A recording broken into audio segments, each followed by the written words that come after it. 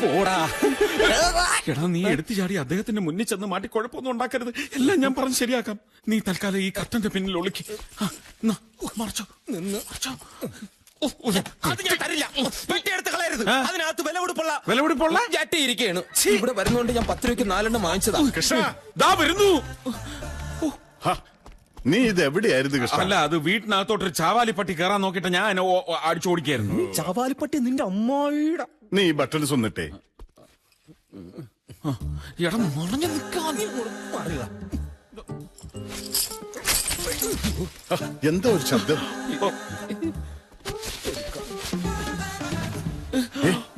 കൃഷ്ണ, ആരോ ഇതിനകത്ത് കയറിയിട്ടുണ്ട്. ആരുമില്ല.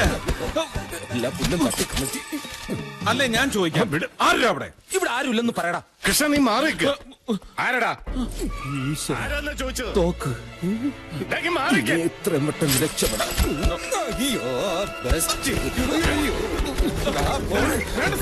Sorry sir.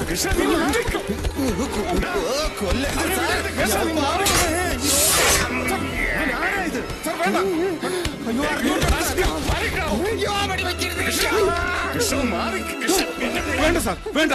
എടാ ദുഷ്ട, നീയായിരുന്നോ? എടാ സാറിന്റെ നഖം വെട്ടാനും ഷേവ് ചെയ്യാൻ തരിച്ചു ചെയ്തോളാം. അല്ല, തലമുടി വെട്ടാനും ഒരുത്തം വേണമെന്ന് പറഞ്ഞ് നിന്നെ ഇവിടെ വിളിച്ചു വരുത്തിയത് ശരി തന്നെ. പക്ഷെ അതിന്റെ പേരിൽ ഇതിനകത്ത് കയറി നാശനഷ്ടം വരുത്തി വെച്ചാലുണ്ടല്ലോ. എടാ കൃഷ്ണ, എടാന്നു അടിച്ചടിച്ചു നിന്നെ. മതി. എടോ, തന്നെ ആവശ്യമുള്ളപ്പോ വിളിച്ചോളാം. അപ്പൊ കത്തിയോ എന്നാന്നാ വെച്ചപ്പാ. താനിപ്പോ ഒന്ന് ഒഴിവായാ മതി. പോടോ. അല്ല, അങ്ങനെ അവനെ വിട്ടാ പറ്റത്തില്ല സാർ. ഇവൻ ഇവിടെ ഉണ്ടാക്കി വെച്ച നാശനഷ്ടത്തിന് ജീവിതകാലം മുഴുവൻ ഇവിടെ പുറത്ത് തൂമ്പാ പണി എടുത്തിട്ട്. എന്റെ പൊന്നു കൃഷ്ണ, ഇവനെ അകത്തും പുറത്തും നിർത്താൻ കൊള്ളില്ല. ഇവന്റെ ലക്ഷണം കണ്ടാൽ തന്നെ അറിയാൻ പാടില്ല. നീ ഒന്ന് ഒഴിവായിത്താടാ. പോടാ, ഒന്ന് ഇറങ്ങി പോടാ ക്ണാപ്പാ. എന്റെ കൃഷ്ണ. അല്ല സാർ, ഓരോ മാരണങ്ങൾ വന്ന് കേറുന്നതേ.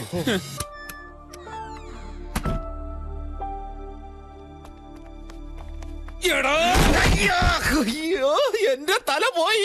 എടാ ഉണ്ടച്ചോറിന് നന്ദി കാണിക്കാത്ത പരമച്ചെറ്റ്. എടാ ഞാൻ തന്ന അഡ്രസ് കൊണ്ട് ഇവിടെ വന്ന് ഞാൻ ഇരിക്കേണ്ട സീറ്റിലിരുന്നിട്ട് നീ എന്നെ വെറും ചാവാലെ പട്ടിയാക്കി. വിടിയടാ നിന്റെ ഞാൻ.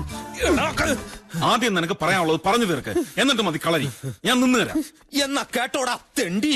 എടാ ഞാൻ ഇവിടെ വരുമ്പോ എന്നെ സ്വീകരിച്ച് ആനയിച്ച് ആ ഗണപതി സാറിന്റെ മുന്നിൽ കൊണ്ടുപോയി നിർത്തിയിട്ട് എന്റെ കാല് തൊട്ട് വടങ്ങിട്ട് ഈ നല്ല മനുഷ്യൻ കാരണമോ സാറ് ഞാൻ ഇവിടെ എത്തിയത്. അങ്ങനെ പറയുമ്പോ അന്തസ്സോടെ തലയുയർത്തി ഞെളിഞ്ഞു നിൽക്കുന്ന സ്വപ്നം കണ്ടുകൊണ്ടാണ് ഞാൻ ഇവിടെ വന്നത്. ആ എന്നെ അദ്ദേഹത്തിന്റെ മുമ്പിലിട്ട് പട്ടിയെ തല്ലുന്ന പോലെ തല്ലിയതും പോരാ എന്നെ നീ തൂമ്പാ പണി എടുപ്പിക്കല്ലടാ. ഇനി നിന്ന് ആടാ, നിന്നെ മനസ്സ് നിറയെ തല്ലട്ടെ. പറയാനുള്ളത് പറഞ്ഞു തീർന്നല്ലോ. ഇനി എനിക്ക് പറയാനുള്ളത് നീ കേൾക്കണം.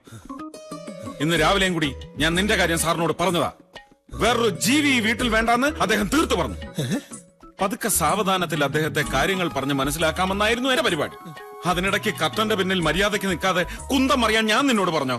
അത് പിന്നെ ഞാൻ അയാളുടെ തോക്കിന്റെ വെടികൊണ്ട് നീ മരിക്കാതിരിക്കാൻ എനിക്ക് അങ്ങനെ പലതും പറയേണ്ടി വന്നു, ചെയ്യേണ്ടി വന്നു. ഇനി നിനക്ക് എന്നെ തല്ലുക കൊല്ലുക എന്താ വെച്ചാ ചെയ്യാം. തല്ലില്ല. എനിക്കറിയാടാ നിന്റെ സ്നേഹം. എടാ തടി നൊന്ത വിഷമത്തിൽ ഞാൻ അങ്ങനെ പറഞ്ഞു പോയാണ്. എന്നെ നിനക്കറിഞ്ഞൂടെ? കുട്ടിക്കാലം മുതലേ നമ്മൾ ഒരേ പാത്രത്തിലുണ്ട്. മുഖത്തോട് മുഖം നോക്കി പറമ്പിൽ വിളിക്കരുതെന്ന് നിനക്ക് ഓർമ്മയില്ലേ? അന്ന് നിനക്കായിരുന്നു പൊക്കം കൂടുതല്. ഞാൻ ഇത്രയും പറഞ്ഞിട്ട് നിനക്ക് പിടക്കം അറിയില്ലേ? അല്ലെങ്കിൽ ഒരു കാര്യം ചെയ്, നീ എന്നെ തിരിച്ചു ചെല്ലിക്കോ. അടിക്കരുത്, തമാശ പറഞ്ഞാണ്.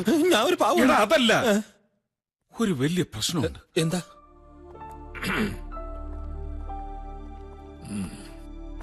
സാർ അല്പം വീക്കാണ്. മനസ്സിനാണ് അസുഖം. ഭാര്യയും മകളുടെയും കാര്യം കൊണ്ട് മനസ്സ് വല്ലാതെ അസ്വസ്ഥമാണ്. പണം കൊണ്ട് മാത്രം എന്ത് കാര്യം? മനസ്സുഖം വേണോടോ. അദ്ദേഹത്തെ ഓരോ തവണ കാണുമ്പോഴും സത്യത്തിൽ എനിക്ക് വലിയ സങ്കട. എവിടം വരെ ആയി അന്വേഷണം? ആഴ്ച 2 ആയല്ലോ തുടങ്ങിയിട്ട്. പല വഴിക്കും നടത്തുന്നുണ്ട്. കണ്ടുകിട്ടിയാ നന്ന്. മരുന്നുകൊണ്ടൊക്കെ ചെയ്യാവുന്നതിനൊരു പരിധിയുണ്ടോ?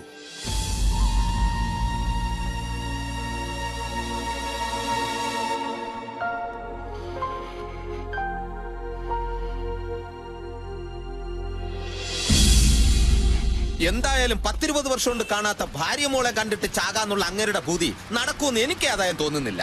കണ്ണിച്ചോരയില്ലാത്ത വർത്താനം പറയാതെ. എങ്ങനെ പറയാതിരിക്കും?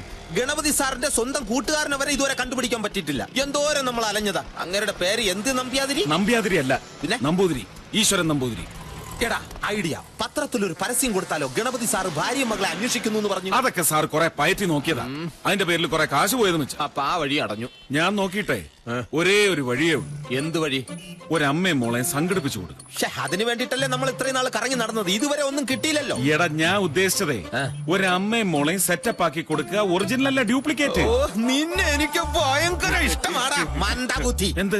എടാ പിന്നെ പണ്ട് അങ്ങേരക്ക് ആ സ്ത്രീയെ നല്ല രീതിയിൽ അറിയാന്നുള്ളതുകൊണ്ടല്ലേ അതിലൊരു കുഞ്ഞുണ്ടായത്. ഇനി വേറൊരു സ്ത്രീയെ ഭാര്യ വേഷം കെട്ടിച്ച് അങ്ങേരെ അടുത്തുകൊണ്ട് പോയാൽ അങ്ങനെ വിശ്വസിക്കോ? എന്നാ അമ്മ വേണ്ട, മോള് മതി. കറക്റ്റ്. അമ്മ ചിക്കൻ കുനിയ വന്ന് ചത്തുപോയി, അങ്ങനെ പറയാം. അങ്ങനെ ഒരു മോളെ കിട്ടിക്കഴിഞ്ഞാൽ അതിന്റെ സന്തോഷത്തിൽ അദ്ദേഹത്തിന്റെ അസുഖം എല്ലാം ഭേദമാവും. പിന്നെ അതിനുവേണ്ടി നമ്മൾ കാണിക്കുന്ന ഈ ചെറിയ കള്ളത്തരം അത് ദൈവം പൊറുക്കൂടാ. പക്ഷെ അങ്ങനെ ഒരു മോളെ എവിടുന്ന് കിട്ടും? അതൊരു പ്രശ്നമേ അല്ല. ഇങ്ങോട്ട് നോക്കെ, ഞാനുണ്ടാ, ഞാൻ റെഡി ആക്കും.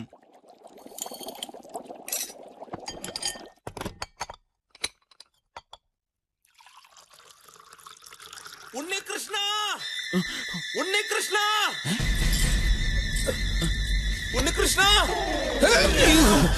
വെള്ളം. അതിനാണോ നീ കിടന്ന് കീറി പൊളിച്ചത്? ഞാൻ കുടിച്ചിട്ട് വരട്ടെ. എടാ, എടാ, അത് ചായയുടെ തിളപ്പിച്ച വെള്ളമാണെന്ന്. വരെ പൊള്ളി. നീ തണുപ്പ് വേണ്ട, ഞാൻ കോള കുടിക്കാം. ദാ, ഒടുക്കത്തെ തലവേദനയ്ക്ക് ഒരു കടുംചായ കുടിക്കാന്ന് വെച്ചപ്പോ നീ അത് തുപ്പിയും കളഞ്ഞു. എന്നാ തണുത്തോളം. തണുത്താണെന്ന് നോക്കട്ടെ. ആ, തണുത്ത് തരാം. എടാ നീ അറിഞ്ഞ തേടിയ കാല് വള്ളി ചുറ്റി. എടാ ആ ഗണപതി സാറിന്റെ മകളാകാൻ പറ്റിയ ഒരെണ്ണത്തിന് ഞാൻ പോക്കി. അതേടാ, കണ്ടാ ഗണപതി സാറിന്റെ മകളല്ലാന്ന് ഒരു കണ്ണുമുട്ടനും പറയില്ല. എന്നിട്ട് എവിടെ? എടാ താഴെ താഴെ ഹാളിൽ വെയിറ്റ് ചെയ്യുന്നു. പോയാ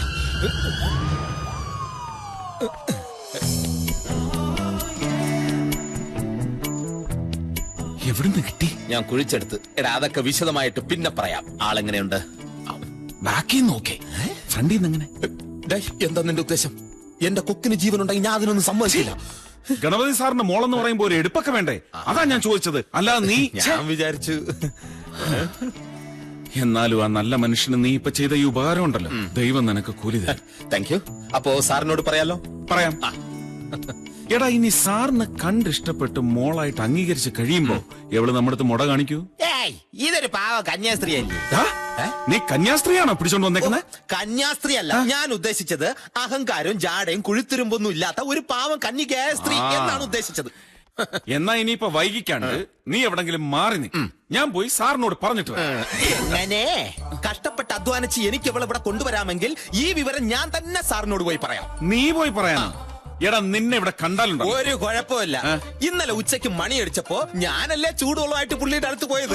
അപ്പൊ അയാള് പച്ചക്ക് എന്റെ മുഖത്തൊക്കെ ചോദിക്കുക, നിന്നോടൊപ്പം ഉള്ള ഒളിച്ച താമസമൊക്കെ സുഖം തന്നെ അല്ലേന്ന്. ഞാൻ അവിടെ ഒന്ന് ഒരേ ചിരി. എന്നാലും ഇത് വളരെ ഗൗരവമുള്ള ഒരു കാര്യമായതുകൊണ്ട് ഞാൻ തന്നെ പോയി പറയുന്നതിന്റെ ശരി.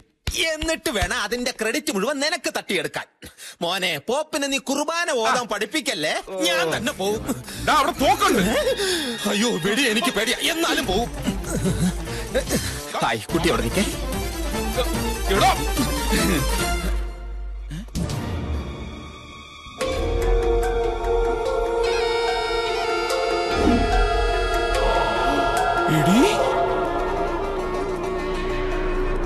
എടി, നീയാണോ ഇവിടെ മോളായിട്ട്?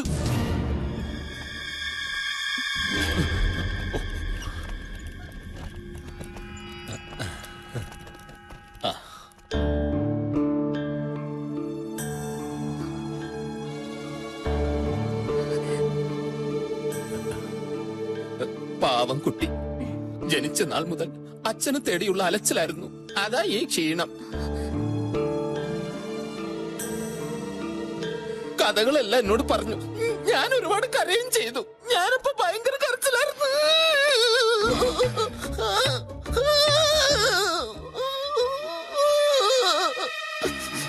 എനിക്ക് താങ്ങാൻ പറ്റുന്നില്ല. ഞാൻ ഉരുട്ടട്ടെ? ഏറ്റില്ല, നീ കൊണ്ടുവന്നാണെന്ന് പറഞ്ഞാ മതി. പൊളിഞ്ഞടി ഭയങ്കരി, നീ മോളാണെന്നുള്ള കാര്യം സാർ വിശ്വസിച്ചിട്ടില്ല. എടി, എന്താടി നീ വിചാരിച്ചത്? നിന്റെ മറ്റേ തൊഴിലിനുള്ള ഏരിയാണിതെന്നോ? ശരിക്കും നിങ്ങൾ തമ്മിൽ പരിചയമുണ്ടായിരുന്നോ? അവളോട് തന്നെ ചോദിച്ചു നോക്ക്, പറഞ്ഞു തരും. പിന്നെ ഉദ്യോഗം എന്താണെന്നും കൂടെ ചോദിച്ചോണം. എന്റെ ദൈവമേ, അയ്യോ അതെ, ഇവിടെ വിലപിടിപ്പുള്ള ഒരുപാട് സാധനം ഉള്ളതാന്ന് ഇവിടെ തന്നെ കാണണം. ഞാൻ വന്നിട്ട് 100ലേക്ക് വിളിക്കാം. 100 എന്ന് പറയുന്ന ഫയർഫോഴ്സിന്റെ നമ്പറില്ലേ? കുട്ടി, ശരിക്കും ഇവിടെ എന്താ സംഭവിച്ചത്? ഒരു ബെല്ലടി കേട്ടു. ശരിയാ, ആ ബെല്ലടി ഞാനും കേട്ടു. ദാ വരുന്നേ.